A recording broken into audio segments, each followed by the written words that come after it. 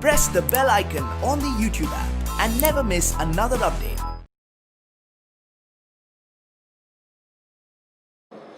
So our discussion, as usual, we have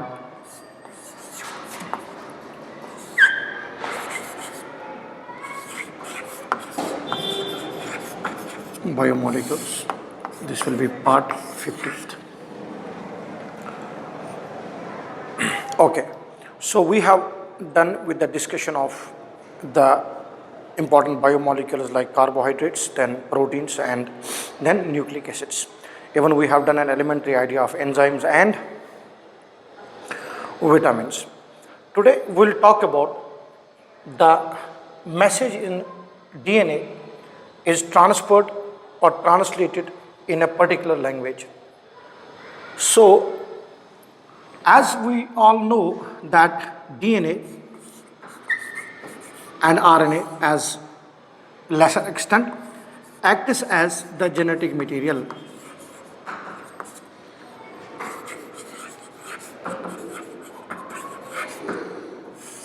So informations that are to be passed from parents to offsprings, the main repository of the information is this DNA. We know this DNA, the double helical structure of the DNA that we have learned last time, which is maintained by different forces, and those forces include the hydrogen bonds,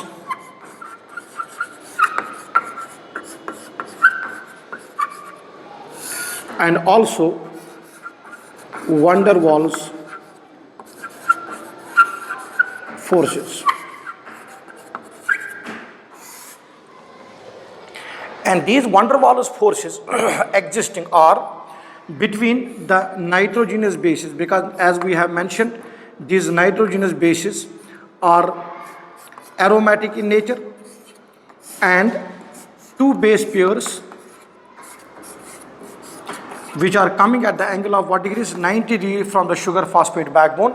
They are stacked one over the other, resulting in the development of van der Waals forces, which are also called as stacking forces, because on checking the stability of the DNA, it was found out the energy concentrations of the DNA, the enthalpy changes in the formation of the DNA molecule are not exactly aligned with the interactions of hydrogen bondings only, but there must be some other interactions present as well, on the basis of which interactions the DNA molecule is more stabilized. So two important forces that maintain the helical structures of the DNA are hydrogen bonding and van der Waals forces. We discussed it clearly last time. Why does DNA take helical shape?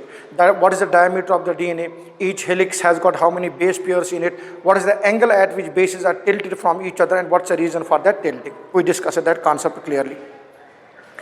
Now this Crick-Watson model, the double helical nature of the DNA, it plays an important part in translating the information on DNA in terms of proteins. So the language of DNA to synthesize proteins comes from a particular segment of the DNA which is called as gene. So gene is a segment of DNA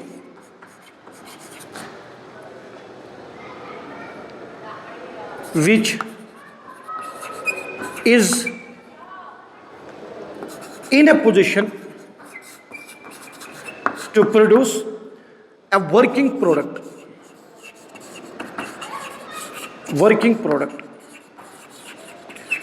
And in the language of the genetic information being transferred, we call that working product as protein. Am I clear? Good. Now children, looking on the double helical structure of the DNA, we have a simple postulate in which the language of the message present in the DNA is being sent forward in a cell, is being translated in a cell. What is that? We have DNA is converted to DNA. This is called as replication. All of you will be knowing with the basic idea. This is called as replication. DNA to RNA. This is called as transcription. What is this called as? Transcription. And if it is RNA to DNA, we call this as reverse transcription.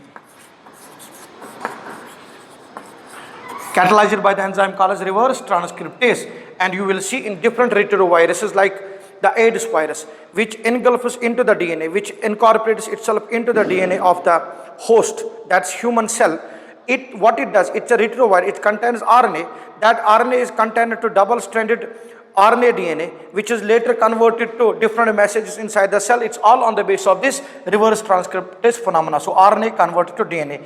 And the last step involved is this RNA is converted to proteins. And this is the final language that we need to get. So protein is the final answer of the genetic message that is present in the DNA. This is called as translation. So with respect to this, there are many other processes that are happening. So we have RNA converted to proteins, translation. We have DNA to RNA, transcription. We have DNA to DNA, that's called as replication. Now, important things that you need to consider here in DNA replication and other phenomena are that how exactly the message is dissipated, how exactly the material transference comes into play, and what are the different things happening. We'll have a look onto those.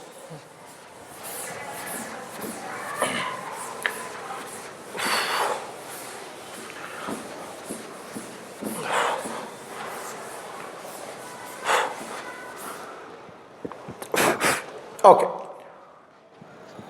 So the first step involved is replication.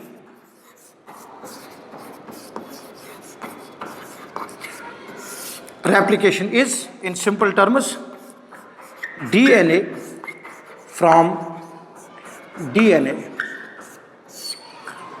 This follows semi-conservative nature.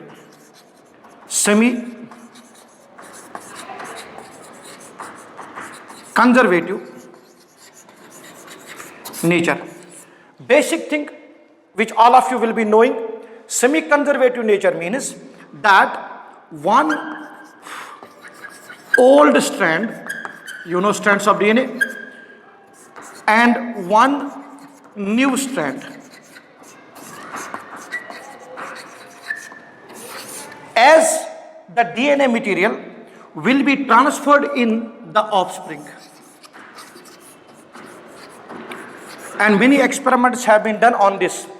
So they synthesize a DNA completely containing nitrogen 14.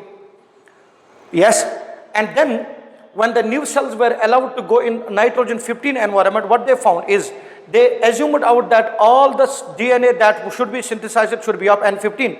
But on proper results, on ethidium bromide gel electrophoresis results, on the basis of the moment of this DNA, keep it in mind, DNA molecules are charged and DNA is negatively charged. Keep it in mind. DNA is negatively charged, and that negative charge is finished when these negative charges are interacting with the positive charges on histone proteins. When the DNA winds around histone proteins and results in the formation of chromosomes. We have the nucleosome model, right? All of you will be knowing those things very clearly with the basic analysis. So, in offspring, so what exactly is the synthesis happening here? Say children, this is our DNA strand, the old DNA strand. This is old DNA strand. So say this is 5 prime. This will be 3 prime, this will be 5 prime, this is 3 prime. I have told you the reason. The complementary base pairings occurs and they are anti-parallel. What are they? Anti-parallel, right? So they are moving in anti-parallel direction so that the bases can project towards each other. Otherwise, in parallel direction, what will happen? Bases will be projected outwards and DNA molecules will not be able to interact with each other to result in the formation of double-stranded structure. Very good. Once the DNA replication occurs, children, this DNA unwinds for a brief period of time. So I'll mention that unwinding at a particular place. Say this is here, unwinding. So it is DNA is unwound here. Now, whatever the bases are present on this strand, say this is 5 prime, this will be 3 prime, this will be obviously 5 prime, 3 prime. One is the DNA strand, say it is adenine, guanine, thymine, cytosine, thymine, so on and so forth. When the base pairing will occur, what will happen is, as I said earlier also, when the DNA synthesis occurs, when the replication occurs, the strand of the DNA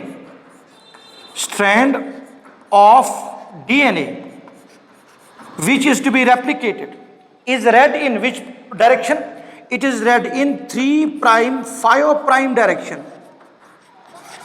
Okay, so reading of the strand of DNA, old strand of DNA, is in 3 prime 5 prime direction.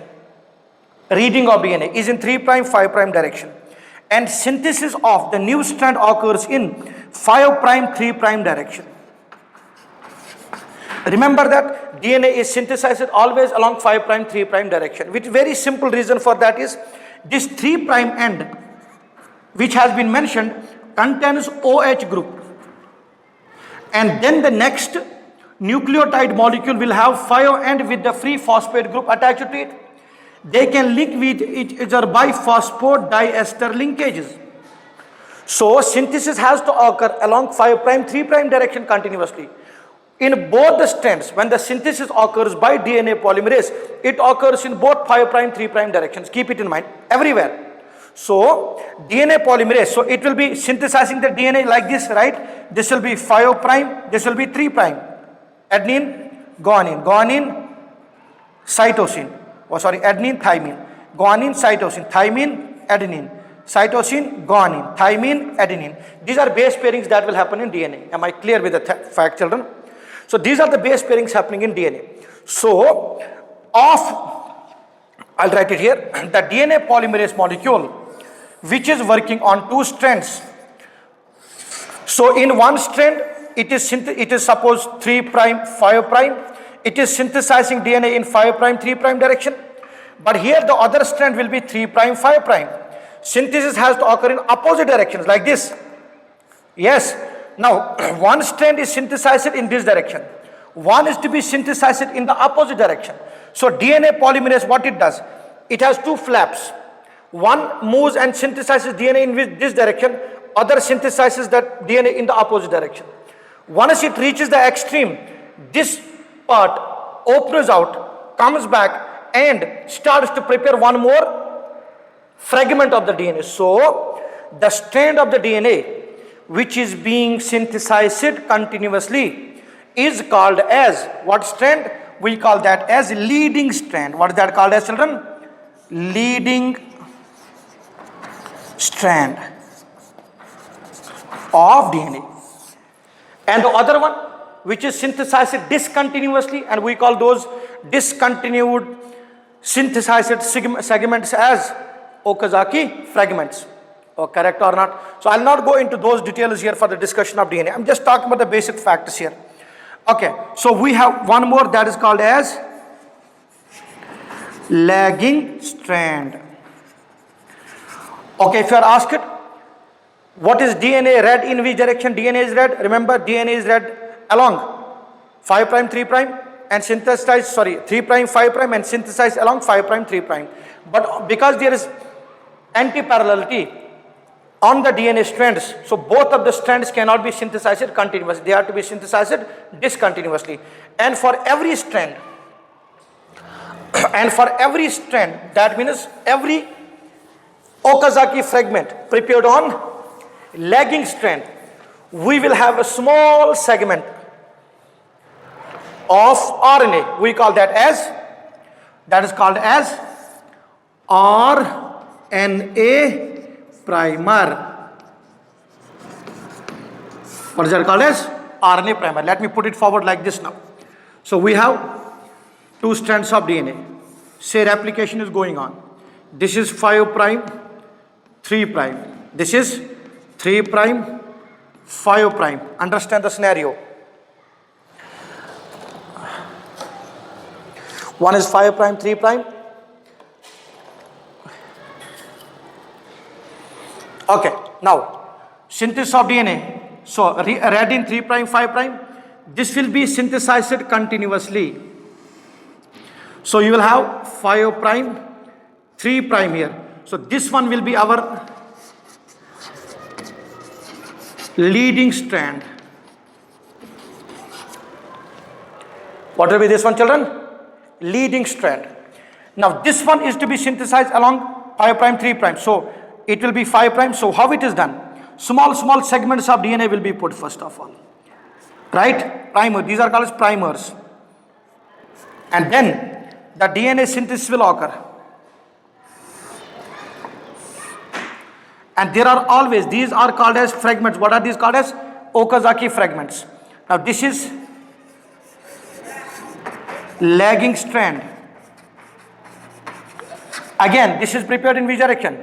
Keep it is 5 prime, 3 prime. This will be read in this direction or not?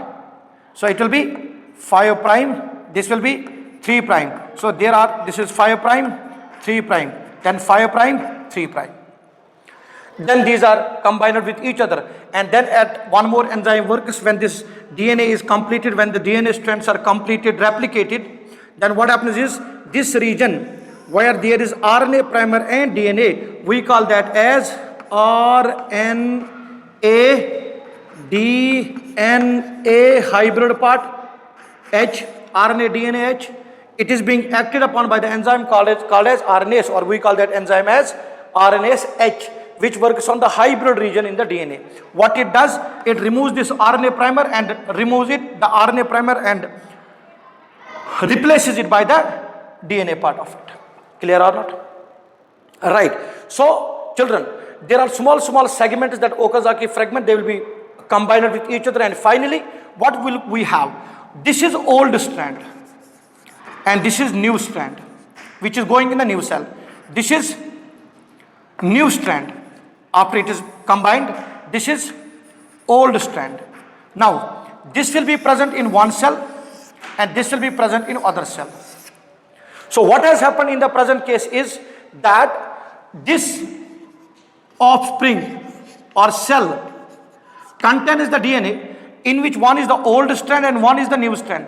Now if the next replication has to occur, remember that DNA is replicated only once in its life cycle.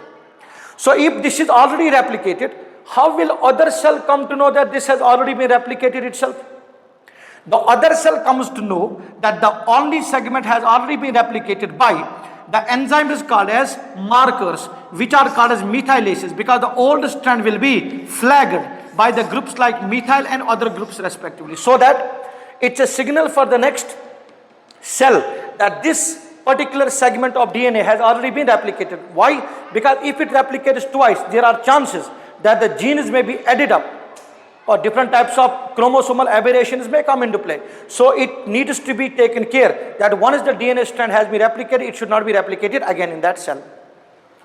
Hope I am clear with this. So there are markers, and those marking enzymes are called as methylases, which methylate the old strand. It's like a flag on the old strand which lets the molecules, which lets the enzymes in the next cell to come to know that this is the strand that has already been replicated.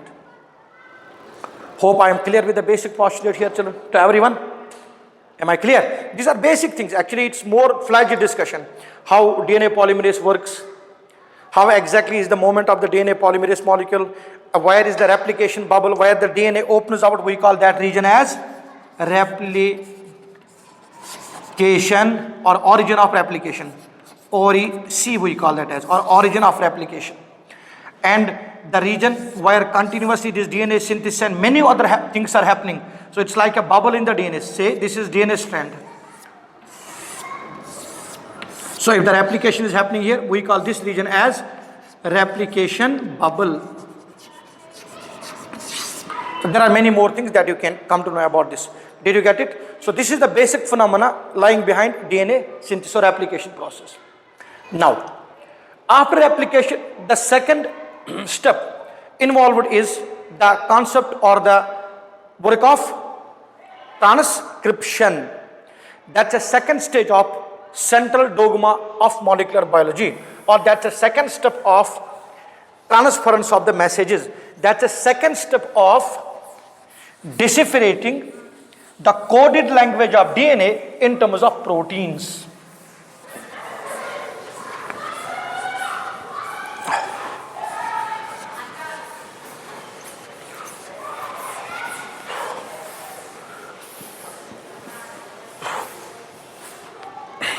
Okay, what is that called as? Transcription.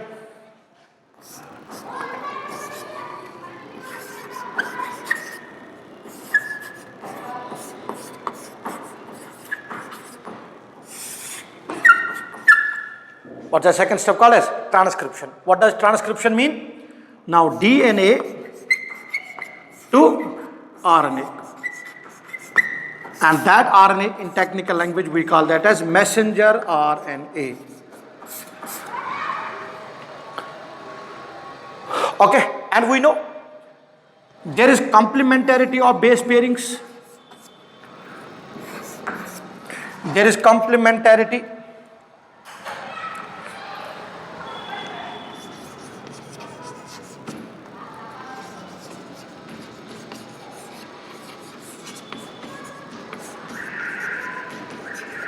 There is complementarity of base pairs. What is that? Adenine, thymine. Then guanine triple bonds with cytosine.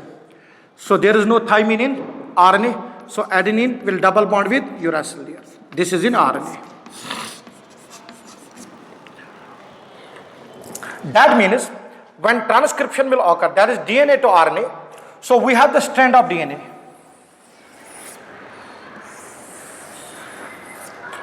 So what will happen is one of the strand of the DNA is to be transcribed. Okay. So what will happen is the messenger RNA that comes from the DNA strand. There are two strands of DNA here. One is called as sense strand and one is antisense strand.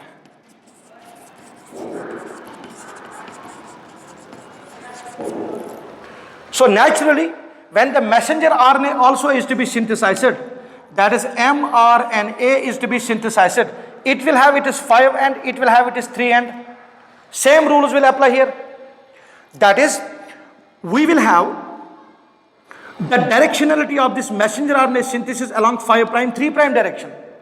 That means the strand of DNA that is to be transcribed, on which transcription has to happen, that strand of DNA should be along 3 prime, 5 prime direction. Now what is the reason for this is, so 3 prime, 5 prime direction DNA strand is called as antisense. Because only then it will give you a sense strand of messenger RNA to you. If it is sense strand being transcribed, transcription of sense strand is occurring, you will get antisense strand, which will not dissipate any code. Codes are present in sense strand. So you need to replicate, you need to transcribe which one? Sense or antisense? Antisense to get sense strand. So which strand out of it? 5 prime, 3 prime. That is 5 prime, 3 prime. Direction should be this one, right? So it should be 3 prime, 5 prime, 3 prime, 5 prime strand, which is antisense strand to be read, so that 5 prime, 3 prime messenger RNA molecule will be made. And that mRNA molecule will be actually the sense strand on which the message is actually present. Hope I am clear with the statement. Shall I repeat what I said, children? I said that, so out of the 2 strands, we have to synthesize messenger RNA molecule, that is transcription has to occur. It should occur in 5 prime, 3 prime direction. So if it has to occur along 5 prime, 3 prime direction, what needs to happen? Yes, we need to read the DNA along 3 prime, 5 prime. So 3 prime, 5 prime will be antisense strand, because that antisense strand will give you the complementary messenger RNA molecule. That complementary messenger RNA molecule will have similar base sequence, the arrangement of bases to that of sense strand on the DNA. The only difference will be, one is this messenger RNA is made adenine, and when messenger RNA from it will be made, suppose from here we are getting one messenger RNA molecule. So from here, when you are getting the messenger RNA molecule, what's going to happen is, messenger RNA molecule, what we are getting is, what is going to happen is, you are actually transcribing antisense strand, which is giving you the same base sequence to the complementary DNA. The only difference is, wherever there was adenine on the DNA strand, there will be uracil opposite to it, because messenger RNA molecule, it's mRNA, it's RNA, so it will not contain thymine, it will contain uracil, and opposed to guanine, there will be always cytosine. This is the basic postulate that I am talking about. So if you have a DNA strand like this, what's that? 3 prime, 5 prime. DNA strand is adenine, guanine, thymine, cytosine, say guanine, thymine, adenine. When messenger RNA will be synthesized on it, which direction? It will be 5 prime, 3 prime direction. So what will be it? Adenine should be thymine, but it will be uracil because this is mRNA. Guanine, cytosine, thymine, adenine, cytosine, guanine, guanine, cytosine, thymine, adenine, adenine, uracil. So this will be the sequence. So the sequence of messenger RNA will be what? U, C, A, G, C, A, U, so on and so forth. This will be the sequence on messenger RNA that we'll be getting. In technical terms, wherever the ribose sugar was present on the DNA, deoxyribose sugar was there on the DNA, on the messenger RNA there will be 2 structural featural differences. One, there will be no deoxyribose. It will be ribose replaced by deoxyribose. Different types of process will occur there. And instead of thymine, there will be uracil on messenger RNA molecule. So we have converted the base sequence of the DNA from its antisense strand onto messenger RNA molecule. So now the message that was on the sense strand of the DNA is now present on messenger RNA molecule.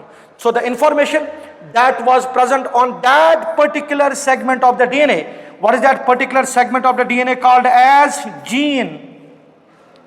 That particular segment of DNA is called as gene. So whatever the information you had on that gene, which is present in antisense strand, the complementary sense strand in terms of messenger RNA molecule you got now, the whole message is to be dissipated in terms of protein. That's why we say gene is a segment of DNA. It's not the whole DNA.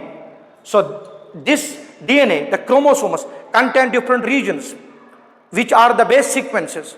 And each base sequence will code for a particular message. And that message will be a response to the stimuli. There are many things that keep happening out. So there is a very excellent coordination between the hormonal working, between enzyme working, between neuron signals, and between the synthesis of different types of, at the molecular level, DNA synthesis, DNA replication, transcription, and at the end, the whole message is to be translated. So translation of the whole message will be in terms of a protein molecule, in terms of that response. I hope I am clear here. Structural, featural differences, you got it clear when the messenger RNA molecule will be made. Am I clear, children? Very good. So let us move into our next discussion of concept with respect to DNA synthesis, that is with respect to what? Translation.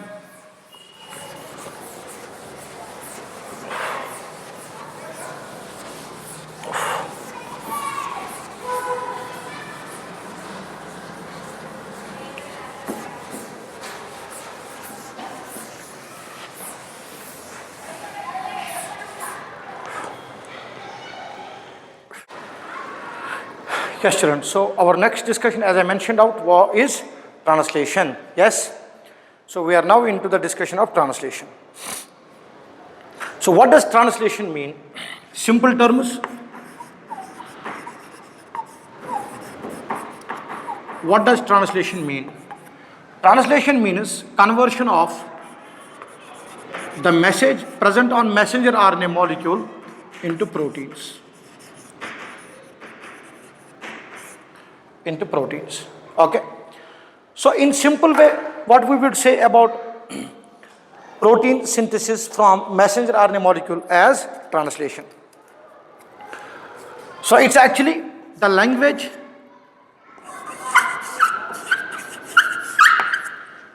of bases converted to an expressive language called as protein. Basic thing. So we have messenger RNA molecule now. And on messenger RNA molecule we have bases.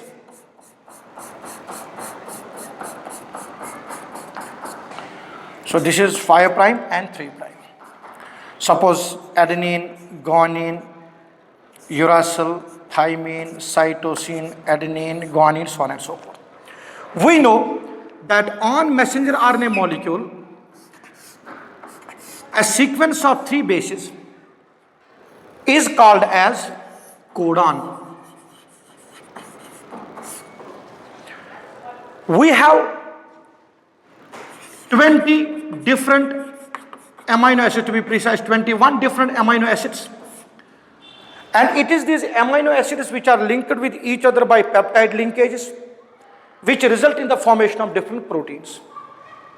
Basic fact. Now, each amino acid is actually asked to be incorporated into a protein chain by a sequence of 3 bases called as codons. The total number of bases we have, children, are 4. The number of bases we have is 4. And if you do multiple alignments with these 4 bases, we will be only able to get 16 different base pairing systems, 16 different amino acids. That's the only possibility we have. If we take a doublet codon, if we say one codon is made up of 2 bases, a sequence of 2 bases makes one codon, then the maximum number of codons you can have is 16.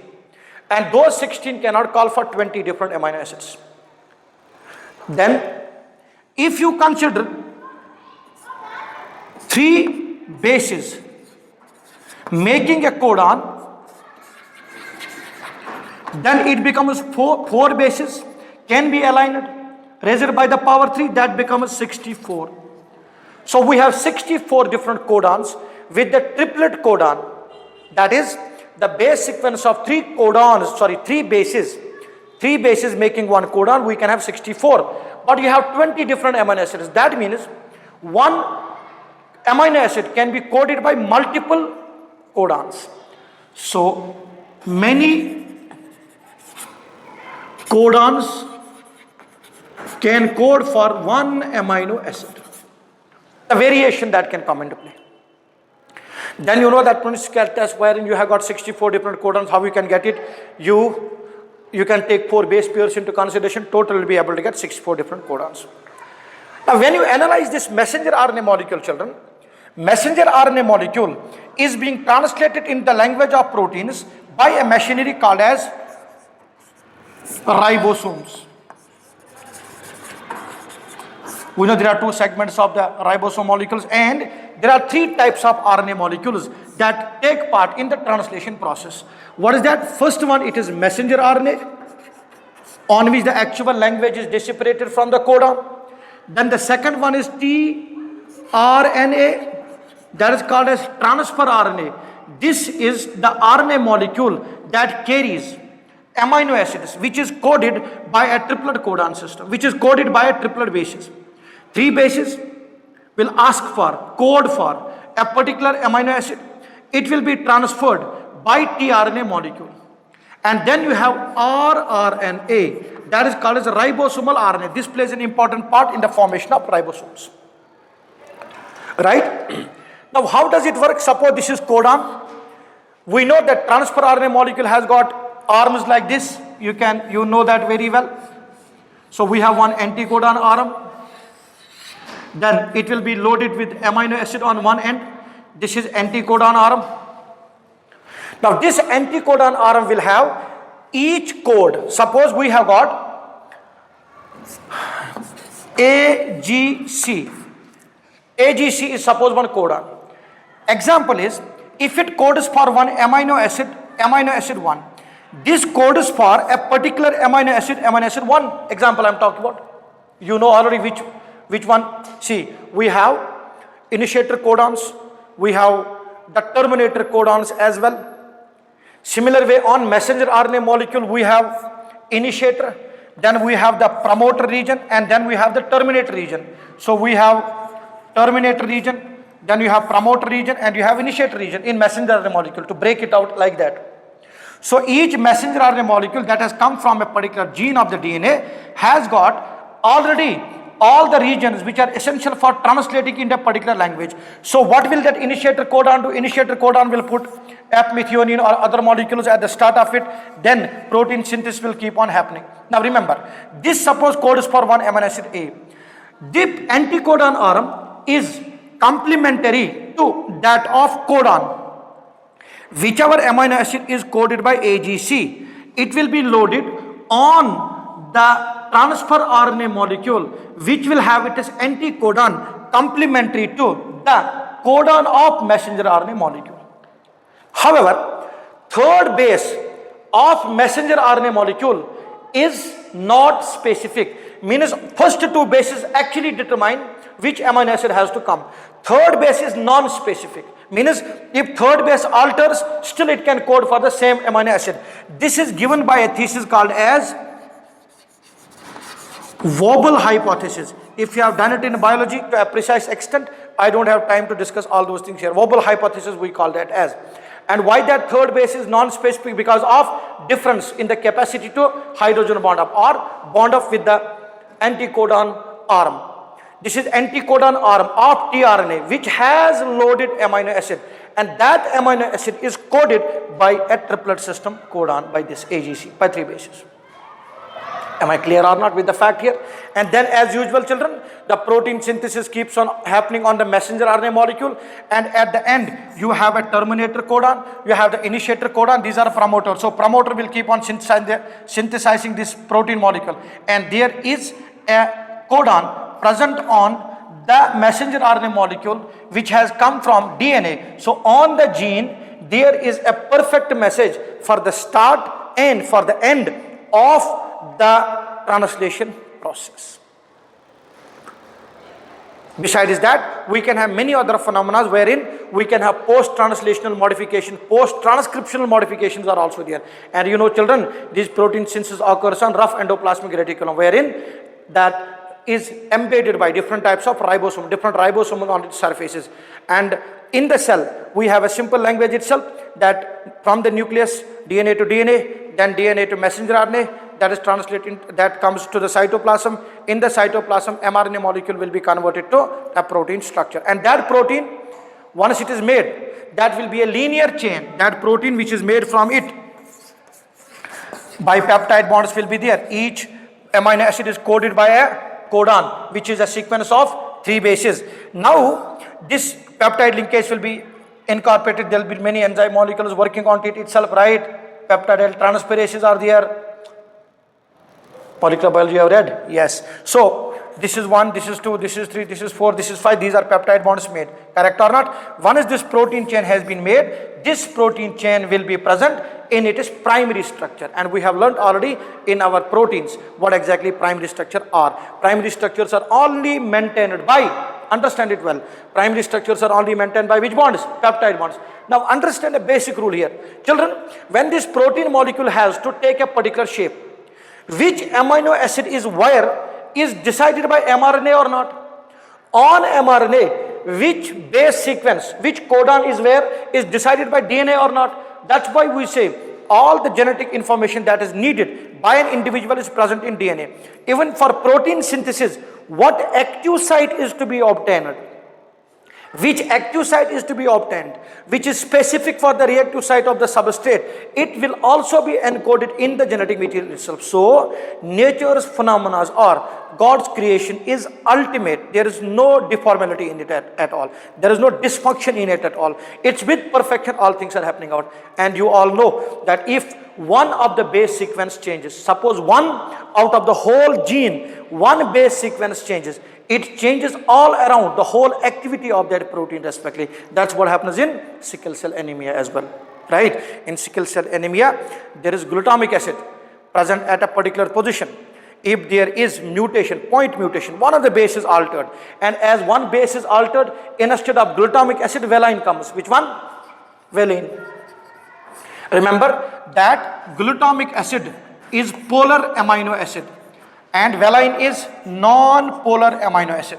What does it do? Earlier, that RBC will have a perfect shape, biconcave shape. However, when there is alteration of glutamic acid which is polar by a valine which is non-polar, that non-polar end will try to hide itself from water. I told you earlier, as it tries to hide itself from the water, there is alteration in the protein structure itself of that hemoglobin molecule. Or right or not? Yes, so sickle cell patients will have deformed red blood corpuscles whose oxygen carrying capacity will be very less. So this is completely exposed to water available. Now, if it is replaced by valine, which is non-polar, what it will do there? It will try to hide away from the water. So we will have some sickle cell shapes of RBCs coming to play. What it does? It sickle cell shape depletes the oxygen carrying capacity. This is why, as we know, malarial parasite needs more amount of oxygen for its life cycles to keep working on. Because sickle cell patients are not able to carry out oxygen to proper extent, thus the malarial parasite is not able to survive more properly in the patients suffering from sickle cell anemia. So we say that sickle cell anemic patients are more resistant to malaria. We write that hemoglobin by HB adult, and we write it HBS, hemoglobin of a sickle cell patient and hemoglobin of an adult. I hope I am clear with the translation. So basic things I have talked about, right? So this is how the message of DNA is translated in terms of proteins, and these are different ingredients, different molecules helping out there with us. Clear, children? Right? Very good. So in our next discussion, we'll start a comprehensive discussion on all the biomolecules that we have talked about. We'll solve some 20 to 25 analytical problems. So that will clear our concept of biomolecules well. So have a look on this concept very well, and most of the times you need to forget about the writing phenomena itself, although I am trying to write more properly now. Fine, children? Thank you.